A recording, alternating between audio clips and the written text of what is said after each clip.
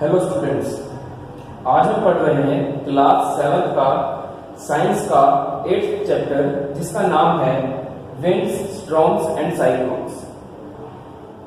तो ये जो तीनों चीजें हैं ये हवा से रिलेटेड हैं। हवा यानी एयर, और जब ये एयर जो है मूव करती है तो ये कहलाती है विंड। तो हम विंड को ब्लोइंग या मूविंग एयर कह सकते हैं।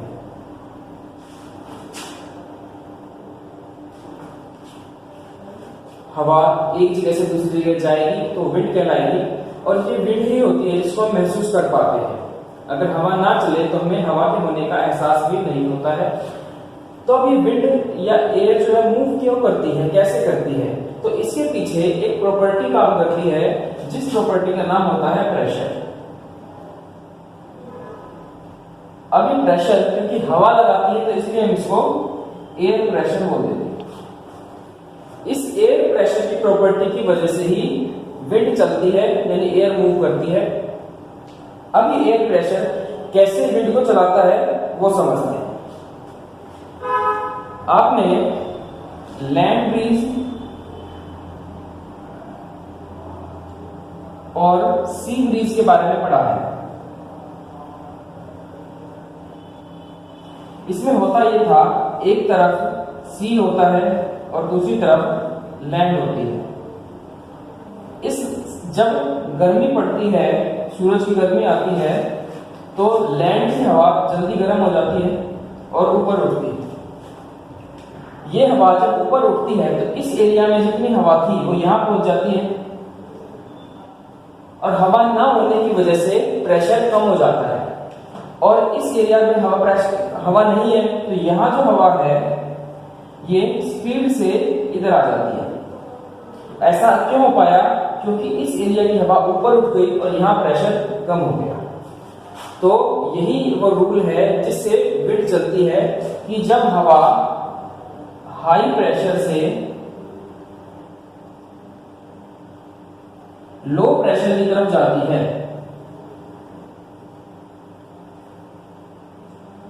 तो हमारी विंड ब्लो करती है, हमारी विंड जो है आगे बढ़ेगी। जहां हाई प्रेशर होगा वहां विंड की कम होगी, जहां लो प्रेशर होगा वहां विंड ज्यादा होगी। ऐसे ही गर्मियों में होता है, जब गर्मियों में तेज गर्मी पड़ती है तो हवा ऊपर उठती है और उसका प्रेशर कम हो जाता है और तेजी से हवा आती है जिसको हम लू बोलते हैं। बारिश के टाइम में भी जब हवा ठंडी होती है तो हवा का प्रेशर चेंज होता है और वहां पर तेज हवा चलती है। तो हवा के चलने का सीधा लेना देना एयर प्रेशर से होता है। जितना ज्यादा एयर प्रेशर होगा हवा उतनी कम चलेगी, और जितना कम एयर प्रेशर होगा हवा उतनी स्पीड से चलेगी। तो इसका मतलब है low pressure is directly proportional to speed of wind। जितनी कम प्रेशर उतनी तेज हवा। अभी जो हवा है इस हवा का चलना का एक हमने एयर प्रेशर तो समझा कि एयर प्रेशर की ज्यादा या कम होने की वजह से हवा चलती है, लेकिन ये एयर प्रेशर पृथ्वी पर तो समान होना चाहिए क्योंकि पृथ्वी पर हवा बराबर है। तो एयर प्रेशर बदलता क्यों है जिस वजह से हवा चलती है? तो उसका कारण होता है गर्मी, हीट।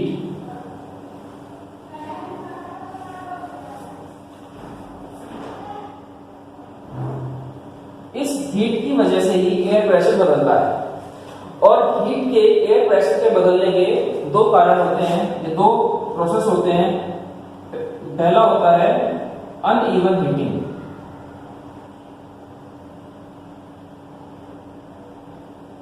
ऑन अर्थ पर गर्मी अलग अलग जगह पर अलग अलग पड़ती है जिस वजह से वो गर्मी अनइवन हो जाती है और एयर प्रेशर बदल जाता है। और दूसरा है हीटिंग ऑन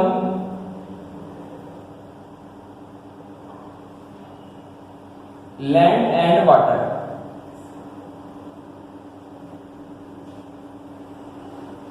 तो हम पहले के बारे में बात करते हैं। मान लीजिए ये हमारी अर्थ का एक डायग्राम, ये हमारा इक्वेटर है, यहाँ हमारे पोल्स हैं, ये हो गया ट्रॉपिक ऑफ कैप्रिकॉर्न और ट्रॉपिक ऑफ कैंसर। इसके ऊपर एक और सर्कल होता है जिसको हम 66.5 डिग्री सर्कल बोलते हैं। ये 23.5, ये 0, ऐसे ही ये 23.5, ये 66.5 और ये हो जाता है 90 डिग्री। अब हमारा सन इधर है, मान लीजिए यहां से ये सन रेज आ रही है, तो ये इक्वेटर होता है, यहां पर ये सन रेज पहले टकराएंगी बजाय पोल्स के, यानी कि यहां पर काम जल्दी होगा, यहां काम देर से होगा। अब होता ये है, यहां गर्मी होने की वजह से यहां का प्रेशर बदल जाता है, कम हो जाता है, हवा ऊपर उठती है, और यहाँ ठंडक है तो यहाँ का प्रेशर ज्यादा है, तो यहाँ से हवा मूव करती है इस तरफ और ये हवा इस तरह कर्व में मूव करती है। अब जैसे ये हवा यहाँ से यहाँ पहुंच गई तो यहाँ एरिया खाली हो गया, तो यहाँ वाली जो हवा है ये उल्टी मूव करेगी।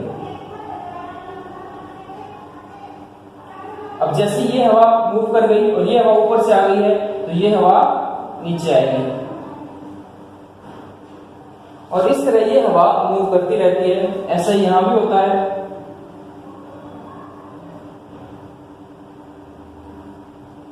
तो अल्टरनेट डायरेक्शंस में ये हवाएं चलती हैं। इस तरह हमारी विंड अर्थ पर चलती है और ये परमानेंट विंड्स होती हैं। पुराने जमाने में जब पानी के जहाज हवा की पावर से चलते थे, वो इन्हीं विंड्स का यूज करके चला करते थे, क्योंकि उस समय के नाविकों को पता होता था कि कौन सी हवा किस जगह लेकर जाएगी और वो इसी हिसाब से चलते थे। अब बात करते हैं heating of land and water की, तो कॉन्सेप्ट वही है जो आपने सी ब्रीज और लैंड ब्रीज में पढ़ा। अब क्या होता है कि हवा जो है लैंड वाली ये गर्म हो जाती है जल्दी और वाटर वाली कम गर्म होती है, तो वाटर से लैंड की तरफ हवा आएगी, और जब वाटर वाली हवा ज्यादा गर्म हो जाएगी तो लैंड वाली हवा वाटर की तरफ जाएगी, और इससे चलती है हमारी सी ब्रीज और लैंड ब्रीज। अब इस लैंड और वाटर का एक कॉन्सेप्ट और बनता है। जब भी ये वाटर गर्म होगा, मान लीजिए यहाँ पर बहुत सारा वाटर है और ये गर्म हो रहा है, हवा ऊपर उठ रही है, तो पानी गर्म जब भी होता है ये वेपर्स बनाता है, वो वेपर्स इस हवा में आ जाएंगे और ये हवा ऊपर उठ रही है,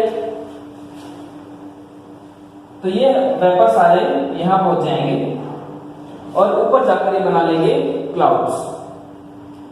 जब एयर प्रेशर बदलेगा और यहां का लैंड का एयर प्रेशर कम हो जाएगा और ये हवा ऊपर जाएगी, ये हवा इधर आएगी, तो ये क्लाउड्स भी इधर आ जाएंगे लैंड की तरफ, और जब ये लैंड पर आएंगे तो ये बारिश करेंगे। हमारे जो नॉर्थ इंडिया में बारिश होती है, ऐसी विंड्स को हम मॉनसून विंड्स बोल देते हैं।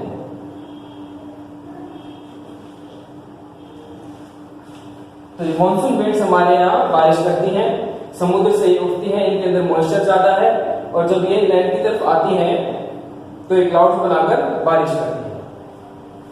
तो इस तरह हीट हवा के चलने में एक इंपॉर्टेंट रोल प्ले करती है, क्योंकि हीट ही वो है जिससे एयर प्रेशर बदलता है।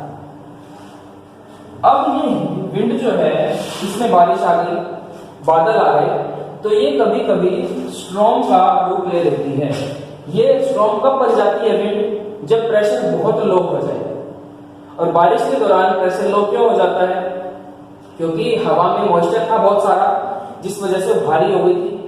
अब कोई भारी चीज अपना वजन छोड़ दे तो उसको कितना हल्का फील होता है। जैसे आपका जो स्कूल बैग है, जब आप उसको उठाते हैं, या लॉकडाउन से पहले जब आप स्कूल जाते थे, बैग उठाते थे, घर जाकर उस बैग को उतार देते थे तो आपको हल्का फील होता था। ऐसे हवा के साथ में उसने जो मॉइस्चर था उस सबको छोड़ दिया, सारा बारिश बन के बह गया, अब हवा हल्की हो गई और तेजी से ऊपर उठती है, इससे हवा का प्रेशर बहुत तेजी से लो होता है और तेजी से हवा चलती है, उस कंडीशन को हम स्टॉर्म बोलते हैं। और जब उस स्टॉर्म के साथ बारिश, बादल और थंडर, बिजली चमकना मिल जाए तो वो बन जाता है थंडर स्टॉर्म।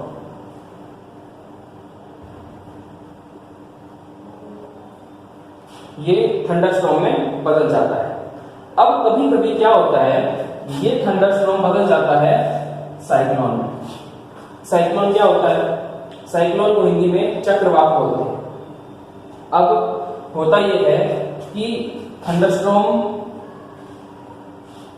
जमीन पर पहुंचने से पहले ही बन गया। मान लीजिए ये यहां पर सी है, यहां से गर्मी पड़ी और बादल बने और मॉइस्चर के साथ हवा ऊपर उठी।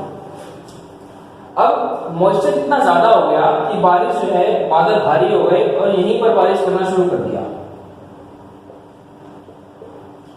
और वहीं पर एयर प्रेशर बदल गया।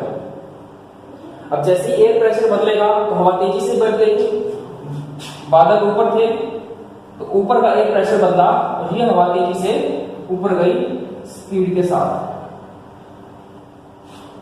अब जैसे ही हवा तेजी से ऊपर गई, इस एरिया की हवा कम हो गई, यहां एयर प्रेशर बढ़ गया, तो इसमें जो आसपास की हवा थी, इस हवा को तेजी से अपने पास खींचा। जैसे ही हवा तेजी से खींचेगी, इस एरिया की हवा कम हो जाएगी, यहां एयर प्रेशर कम हो जाएगा, तो जो ये ऊपर हवा थी ये घूमकर नीचे आएगी और ये एक साइकिल चल पड़ेगा और स्पीड बढ़ती चली जाएगी, क्योंकि लगातार बारिश हो रही है, बारिश से एयर प्रेशर घटता जा रहा है और ये हवा फिर सीधे जाने की बजाय इस तरह से कर्व बनाकर ऊपर जाएगी और इसकी स्पीड तेज होती चली जाएगी। और ये जो इधर से आने वाली है, इधर से आने वाली हवा है, जिस दिशा से आने में स्ट्रॉन्ग होगी उस डायरेक्शन में लेकर इसको चल पड़ेगी। जनरली ये हवा लैंड की तरफ बढ़ती है, क्योंकि वहां पर लैंड ब्रीज और सी ब्रीज वाला फॉर्मूला काम करता है और ये साइक्लोन आगे बढ़ता है और इस तरह एक साइक्लोन बन जाता है। अब ये जो साइक्लोन होते हैं कभी कभी बहुत डेंजरस हो जाते हैं। जैसे अभी कुछ समय पहले हमारे यहाँ अम्फान नाम का एक साइक्लोन आया था उड़ीसा और बंगाल के अंदर, जिसने बहुत तबाही मचाई। तो ये साइक्लोन बड़े डेंजरस होते हैं, लाखों करोड़ों लोग इसके अंदर फंस जाते हैं, बहुत लोगों की जान चली जाती है, घर तबाह हो जाते हैं, पेड़ टूट जाते हैं। तो इन साइक्लोन से बचना बहुत जरूरी है। तो हमारी सरकार जब भी साइक्लोन आने वाला होता है उसकी प्रेडिक्शन पहले ही कर लेती है, उसका पता पहले चल जाता है, क्योंकि उसमें मौसम खराब होना शुरू हो जाता है और साइक्लोन को बनने में 2 से 3 दिन भी लग जाते हैं। तो जब भी ऐसा हो, साइक्लोन हो आ जाए और हम उस साइक्लोन वाले एरिया में, तो हमें क्या करना चाहिए? सबसे पहले तो हमें जो रेड जोन एरिया डिक्लेयर होता है उस जगह को छोड़कर सेफ जगह पर चले जाना चाहिए। सेफ जगह पर भी अगर हम हैं, वहां भी खतरा होता है बारिश आने का, तूफान आने का, तो हमको कुछ जरूरी सामान को इकट्ठा कर लेना चाहिए, जैसे कि खाने पीने का सामान, साफ पानी, कुछ दवाइयाँ, टॉर्च, ये सब चीजें संकट के टाइम में काफी काम आती हैं। इसके अलावा हमारे घर में पशु हैं, पेट्स हैं, तो उनको भी अपने साथ रखना चाहिए और जो ग्राउंड फ्लोर होता है वहां नहीं रहना चाहिए, क्योंकि वहां पानी आ जाता है बाढ़ का, बारिश बहुत ज्यादा होती है साइक्लोन के दौरान, वहां से हमको पहली या दूसरी मंजिल पर चले जाना चाहिए। जो रेस्क्यू करने वाली टीम्स हैं, हमें उनका सहयोग भी करना चाहिए। ऐसा नहीं करना चाहिए कि मैं ही पहले बच जाऊं बाकी सब फंस जाएं, तो हमें उनका सहयोग करना चाहिए। और सरकार जो भी उनसे करने को कहे उस टाइम हमें सरकार की सारी बातें माननी चाहिए। अगर ऐसे हम किसी साइक्लोन वाली जगह पर फंस जाएं तो हम कुछ बातों का ध्यान रखकर अपने आप को सही सलामत रख सकते हैं। और अब तो साइक्लोन जो है हमें 3-4 दिन पहले पता लग जाते हैं आने से।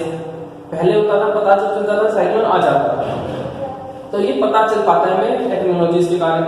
आजकल हमारे सैटेलाइट इतने स्ट्रांग हैं कि हमें तुरंत पता लग जाता है कि कब साइक्लोन आएगा कब नहीं।